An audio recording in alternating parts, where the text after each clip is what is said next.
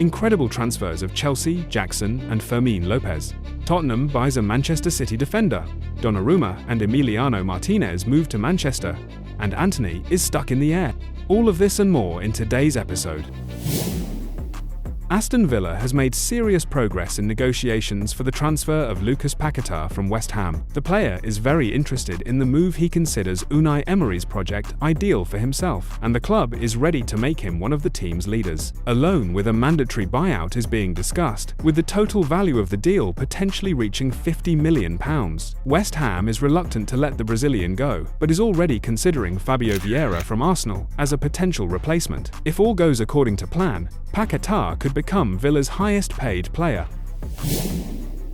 Nicolas Jackson's transfer to Bayern has turned into a real drama. Just yesterday, everything looked like a completed deal. A loan for €15 million, with a buyout option for €65 million, plus a percentage of a future resale. Nicolas Jackson arrived in Munich, passed a medical examination, and was already preparing for the presentation. But Liam Delap's injury changed everything. In the match against Fulham, Delap suffered a serious hamstring injury and was ruled out for 6-8 weeks. This leaves Chelsea with only João Pedro as the sole nominal striker. The club instantly reconsidered its plans and blocked Jackson's loan, despite the agreement reached with Bayern. Max Ebel, Bayern's sporting director, confirmed, "We informed the player and his agent that he must return to London. We cannot act in this situation." But Jackson himself and his agent Diomansi Kamara disagree. They remain in Munich, posting messages with hints of resistance. "The plane is not flying back," Kamara wrote on Instagram. And in the end, Chelsea decided not to let Jackson go on loan, but is ready to sell him permanently. This means that Bayern has only one option to buy the player outright, without any guarantees of adaptation. All this is happening against the backdrop of Coman's loss, failed negotiations for Wolverhampton, and an urgent search for a forward for Vincent Kompany's system. Jackson was supposed to be a versatile element of the attack, both at the tip and wider. Bayern has less than 24 hours left to either buy the player from Chelsea or urgently look for a replacement on the market. Meanwhile, Chelsea has become active in the market, and the club is considering a €40 million buyout clause for Roger Fernandes from Braga. Delap's injury forced the Londoners to act aggressively before the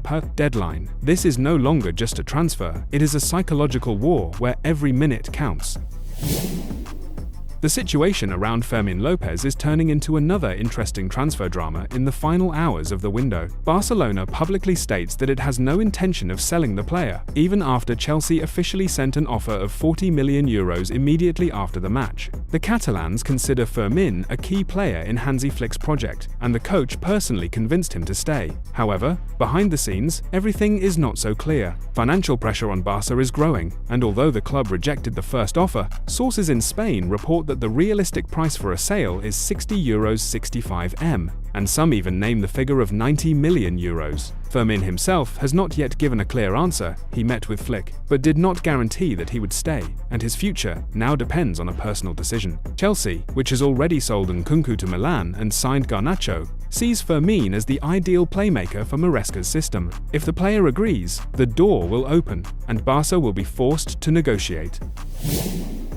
Official: Facundo Buonanotte is a Chelsea player. The London club has completed a deal with Brighton for the season-long loan of the 20-year-old Argentine. The agreement does not include a buyout option, but it does allow for a review of the terms in January, depending on playing time and performance. Buonanotte is one of Enzo Maresca's priorities, and he personally insisted on the transfer. The Argentine has already passed a medical examination in London and will join the attacking group, where his role is to be a creative playmaker between the lines, capable of playing both in the number 10 position and on the right flank. Last season, on loan at Leicester, Buonanotte scored 6 goals and provided 3 assists, demonstrating high technique, dribbling, and the ability to create chances out of nothing. His playing style is closer to Enzo Fernandez than to classic wingers' quick decisions, short passes, and working in tight spaces. Brighton did not plan to sell the player, but after the failed deal with Leeds, they agreed to a temporary move. Chelsea is covering Buonanotte's salary, and the deal includes performance bonuses, as well as a percentage of a future resale in the event of a future transfer. Tottenham is in active negotiations for the transfer of Manuel Akanji from Manchester City and wants to close the deal before the deadline, which expires at midnight tomorrow. The player does not have a guaranteed place in Guardiola's team, so he is open to a move. The Spurs are ready to pay about £15 million, and Akanji's salary demands do not scare them. Galatasaray has already agreed on the fee with City, but has not received the player's consent. Milan is also in negotiations for personal terms, and Crystal Palace hopes to take advantage of the pause in negotiations between competitors. Despite this, it is Tottenham that is currently closest to the signing, and the transfer could be finalized in the last hours of the window.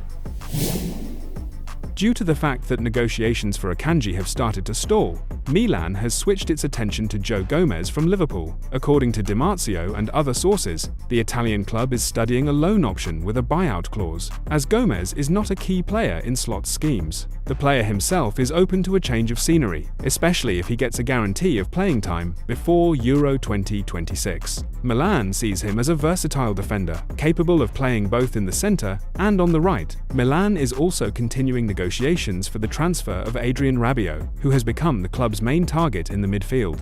According to Nico Shearer, Marseille is ready to sell the player for €15 million, but the negotiations are complicated by the salary demands made by Rabiot's mother agent. Milan has already offered a 3-year contract with a salary of €5.6m per season, which is within their budget. The player himself is interested in returning to Serie A, where he previously played for Juventus under Allegri, the current coach of the Rossoneri. This connection could be key in the final phase of negotiations. The club believes that Rabiot's experience and versatility can immediately strengthen the squad, especially against the backdrop of the unstable play of Fofana and Chukwueze.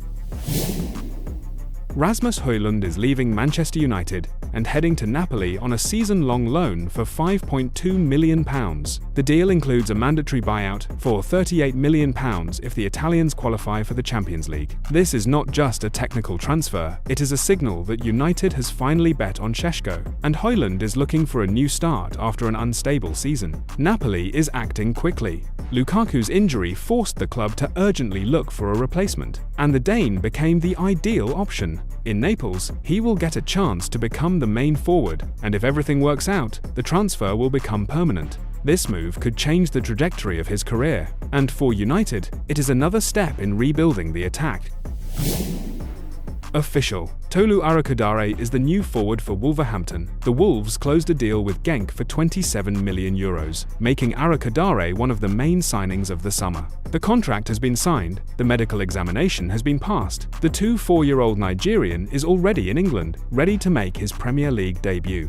Last season, 23 goals and 7 assists in 45 matches. The top scorer of the Belgian league, winner of the Ebony Shoe, the award for the best African player of the season. Arakadare is a physical powerhouse who is 198 cm tall, mobile, and good in the air. The deal also includes bonuses for the number of matches and 10% of a future resale, which was a record sale for Genk. Manchester United is continuing negotiations with Antwerp for the transfer of Senne Lammens, but the club is already preparing a backup plan in case the deal falls through. Lammens has agreed on personal terms with United, and the Belgian club is ready to sell him for €25 million, although negotiations are revolving around the amount of €20 million plus bonuses. The player has missed Antwerp's last matches. He is training on an individual program to avoid injuries before a potential move. Lammens rejected an offer from Galatasaray, although the Turks offered more money, which indicates his desire to move specifically to United. As a backup option, the club has activated its interest in Emiliano Martínez from Aston Villa. Negotiations with the Argentine and his entourage have already begun, and Villa may be ready to sell the 33-year-old goalkeeper if the deal with Lammens falls through. These are the final hours of the window, and United is acting as fast as possible. Fenerbahce is in active negotiations with Manchester City for the transfer of Ederson, although the initial offer of €12 million was immediately rejected. City believes that such an amount does not correspond to the level of a goalkeeper who has been a key element of Guardiola's team for years. Ederson's agent Jorge Mendes is actively negotiating, trying to find a compromise that will satisfy both sides. Despite the fact that the Brazilian's contract expires in a year, City has no intention of selling him cheaply, and Fenerbahce is ready to to increase the offer. Ederson has already missed the start of the season, and his future looks less and less connected with the Etihad, and it is this departure of Ederson that opens the door for an even more high-profile move: Gianluigi Donnarumma to Manchester City. After Luis Enrique effectively removed him from the PSG starting lineup, betting on Lucas Chevalier, Donnarumma was left without a clear role in the team. His frustration is obvious, and his desire to change his environment is at a maximum. Guardiola has long been looking for a goalkeeper capable of not only standing on the line, but also launching attacks from deep. Despite the criticism, the Italian has all the physical and technical data to adapt to the City style. If Mendes closes the deal with Fenerbahce, City will instantly activate negotiations with PSG. Donnarumma has already agreed on the basic terms of the contract, and the transfer itself could cost the English €30.33m. Thus, Ederson's move is not just a change of goalkeeper, but the start of a domino effect that could change the balance of power in the goalkeeping core of Europe's top clubs.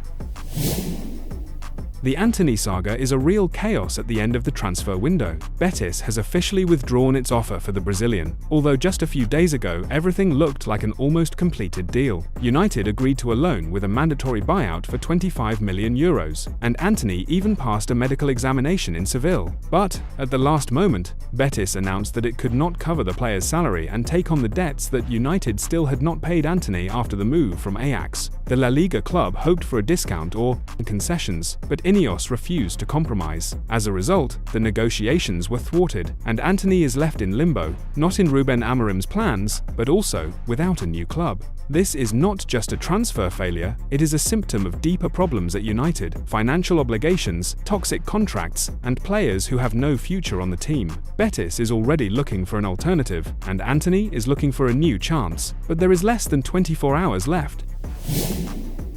Fulham and Shakhtar have reached a principled agreement on the transfer of the 22-year-old winger Kevin. The amount of the deal exceeds €42 million, including bonuses. This will be a record transfer for the London club, which is actively strengthening its attack before the start of the season. Kevin impressed in the Europa League qualification, 4 goals and 2 assists in 3 matches, and has long been on Marco Silva's shortlist. The player himself has already agreed on personal terms, but the final green light depends on the final details of the contract and the medical examination. Shakhtar initially demanded €50 million, but after several rounds of negotiations, agreed to a price reduction. That's it for now. Don't forget to like, subscribe, and share this video. Keep watching for more football action, and have a wonderful day.